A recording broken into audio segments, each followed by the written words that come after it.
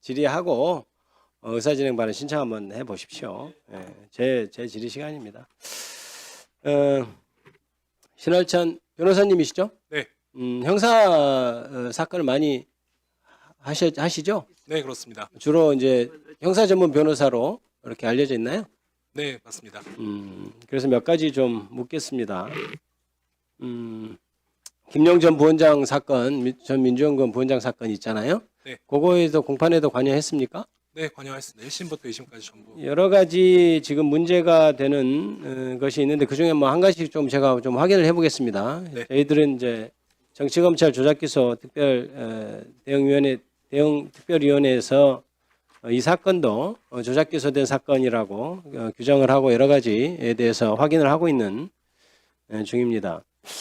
여러 가지가 있지만 그 중에서도 이제 이 사건은 기본적으로 뭐 여러 가지 공수사실 중에 뭐 하나를 간단히 얘기하자면 정치자금법 위반 사건의 같은 경우에 물론 뇌물이와 2013년 사건도 유동규가 결국은 돈을 존니 많이 하는 그런 사건인데 저는 이 사건의 실체는 유동규가 김용 전 부원장이나 정진상 전 실장에 대해서 돈을 줬다고 진술하고 있지만 그 진술은 허위이고 어떻게 보면 검찰이 짠 시나리오에 따라 거기에 맞춰서 진술한 것에 불과하다라고 생각하고 역사적으로는 없는 사실이다. 저는 그렇게 확신하고 있는 사건입니다. 그런데 그렇게 보면 유동규가 과연 줬다고 하는 진술을 믿을 수 있겠느냐. 이게 가장 관건이 되겠죠? 네, 맞습니다. 그 사건 수사 기록 보셨습니까? 네, 전부 보았습니다. 그 수사 기록을 보시면 돈이 복잡하게 만들어지죠. 남욱으로부터 뭐 정민용이라는 사람도 등장하고 이렇게 해서 유동규에까지 돈이 가고 여기서 이제 유동규가 내가 김용 전 부원장한테 줬다 이 진술이 이제 있는 사건인데 실제 수사 기록은 대부분은 남욱이라는 사람부터 유동규까지 돈이 흘러간 거 그 부분에 다 할애돼 있죠. 그걸 네, 맞습니다. 분량이 좀 어떻게 돼 있던가요? 총 정치자금법 위반 사건 10여 건이 있고 추가 증거 기록까지 합치면 근 20건 정도 되는 기록 중에 대부분은 진술 증거를 제외하면 돈이 어떻게 마련되어 남욱을 통해 유동규로 흘러간 내용 그리고 그 외에 그 김용 전 부원장이 당시 시의원으로서 한 입법에 관련된 내용 이런 내용들로 구성되어 있습니다. 그렇죠. 그러니까 결국 중요한 것은 뭐 돈을 만들어줬다고 하는 사람들끼리 돈이 어떻게 만들어졌는지 뭐 그거는 사실 알 바 아니죠. 유동규가 과연 김용 전 부원장에게 돈을 줬느냐 이 부분이 가장 중요한 핵심이 되겠죠. 맞습니까? 네, 맞습니다. 그러면 다른 객관적인 물증은 없는 상태에서 유동규라는 사람이 김용 전 부원장한테 돈을 줬다라고 하면 그 사람의 신빙성이 가장 중요한 관건이 되겠죠. 네, 그렇습니다. 그 신빙성을 따지는 수사 과정 중에 어떤 게 있냐면 이런 게 있습니다. 유동규가 남욱이라는 사람으로부터 받은 돈을 들고 집에 들어가니까 사실혼 관계에 있는 사실은 이제 정식으로 혼인신고를 안 했으니까 사실혼이라고 제가 표현하는 겁니다. 사실혼 배우자가 뭔 돈을 이렇게 뭐 가져오느냐 정치하는데 어떻느냐 뭐 돈이 드니 많이 하는 말을 했다고 유동규가 검찰에 진술을 했었죠. 네, 맞습니다. 그래서 그 부분에 대해서 확인을 하기 위해서 박모라고 하는 유동규의 사실혼 배우자를 검찰에서 불렀죠. 네. 그때 조사가 어떻게 되는지 좀 자세히 좀 설명해 주실 수 있습니까? 네, 먼저 앞에 배경부터 말씀을 드리면 2022년경에 마이크 좀 가까이. 2022년경에 키가 너무 크셔서. 예. 이 수사가 이루어졌는데 네. 22년 7월 말경 이후로는 유동규가 그 사실혼 배우자를 포함해서 그 어떤 사람과도 접견 내역이 없습니다. 네. 7월 말부터 이 사건 지금 제가 말씀드리고자 하는 10월 중순까지 그 누구와도 접견 내역이 없는 것으로 보아 검찰에서 혹시 일반 접견 제한 조치를 한 것이 아닌가 추정하고 있고 2023년, 이게 22년입니다. 22년, 네네네. 네. 그러다가 2022년 10월 13일에 증거 기록상 조서에는 각자 따로 부른 것으로 되어 있고 증거 기록상 그 각 조서도 상당히 멀리 배치돼 있어서 쉽사리 찾아보기 어렵긴 하지만 2022년 10월 13일 오전경에 서울중앙지방검찰청 601호 검사실로 오전에 유동규 그리고 그 박모 씨를 함께 소환한 내역이 있습니다. 그리고 조사를 한 검사와 검찰 주사 또한 동일인이어서 사실상 대질조사가 이루어진 것으로 보입니다만 조서는 대질조사로 작성되지 않았고 각자 따로 조사를 받은 것처럼 되어 있습니다. 그러니까 결국 이제 들리기에 따라서 복잡하게 보일 수도 있지만 이런 거죠.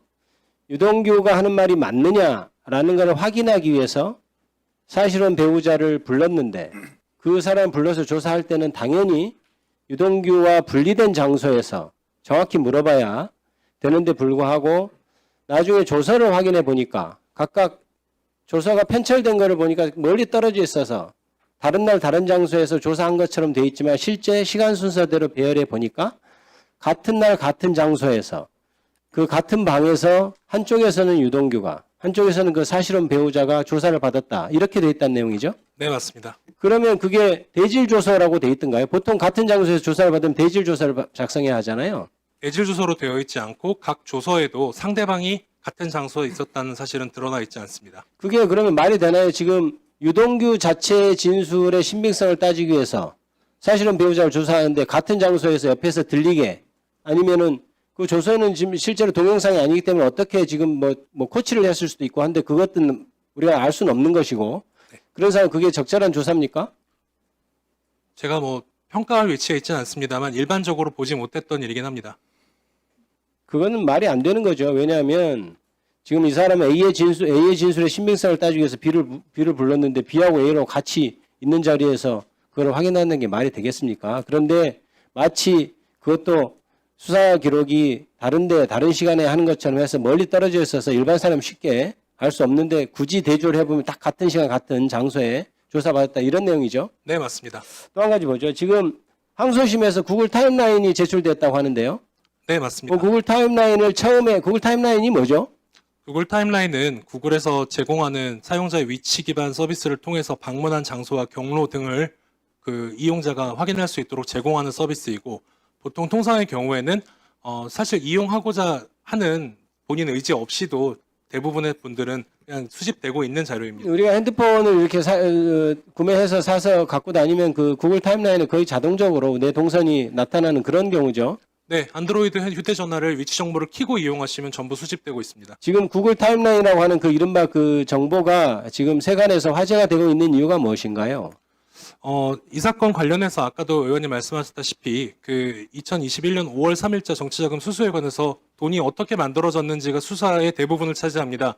그 수사 결과에 따르면 유동규가 김용전 부원장에게 정치자금이라고 하는 돈을 전달할 수 있는 날짜는 2021년 5월 3일 유일하고 이를 통해서 검찰도 사실상 그 날짜로 특정을 했고 1심과 지금 현재 항소심 법원, 그러니까 상고심이니까 원심 법원도 마찬가지로 2021년 5월 3일을 범죄일로 특정하였습니다. 그런데 2021년 5월 3일 해당 시간대에는 김용전 부원장이 자택 방향으로 서울로 귀가하고 있었고 따라서 유동규가 당시에 운영하고 있던 유원홀딩스라고 하는 사무실에 방문한 내역이 없다는 내용이 있어서 사실상 부재 증거, 소위 알리바이로서 증거로 제출한 것입니다. 이런 거죠. 그러니까 유동규라는 사람이 김용전 부원장한테 돈을 줬다는 1억 원을 줬다는 날짜를 처음에 검찰은 2021년 4월경 이렇게 공소사실을 적시했는데 나중에 이제 재판하는 과정에서 날씨도 따져보고 진술자들하고 맞춰보니까 도저히 나오는 날짜가 5월 3일밖에 없어가지고 1심에서 5월 3일로 특정을 했는데 결국 나중에 구글 타임라인이라는 것을 보니 5월 3일에는 김용 전 부원장이 유동규가 돈을 줬다고 하는 장소에 전혀 나타나지 않았다. 이 점이 드러난 것이죠. 네, 맞습니다. 그거에 대해서 만약 구글 타임라인이 그게 외부에서 조작하거나 이렇게 할 가능성이 있습니까? 제가 2023년 6월 4일에 김용전 부원장 자택에 직접 방문하여 처음 구글 타임라인을 열어보자라고 말씀드린 다음 그 자리에서 그 구글 계정으로 로그인해서 확인한 자료이기 때문에 조작을 하는 것은 불가능했습니다. 제가 조작한다고 하더라도 그 조작 내역은 방문 장소 등 서비스를 제공되는 내역이지 사실 그 구글이 위치 정보 등 이용 내역을 알려주는 서비스 자체가 중요한 것이 아니라 그 위치를 어떻게 수집했는지가 중요한 것인데 그 부분은 위조가 특히 변조가 불가능하다고 상소심 재판 과정에서 세 차례 감정을 통해서 확정하였습니다. 이미 김용 전 부원장이 구속돼서 재판을 받고 1심에서 보석으로 풀려난 이후에야 비로소 구글 타임라인을 지금 신 변호사님이 처음 접속해서 봤다는 얘기인가요? 예, 구속 중이었기 때문에 그전에는 접속하는 게 불가능했고 혹시 증거 오염 우려가 있어서 그런 생각을 갖고 있었지만 접속을 하지는 못했다. 구속돼 있었을 때는 뭐 아이디나 비밀번호를 모르기 때문에 네, 접속을 할 수 없었고 보석돼서 나온 후에 처음 접속했다는 얘기죠. 네, 맞습니다. 예, 이 정도로 하고 다음 보충 질의하겠습니다.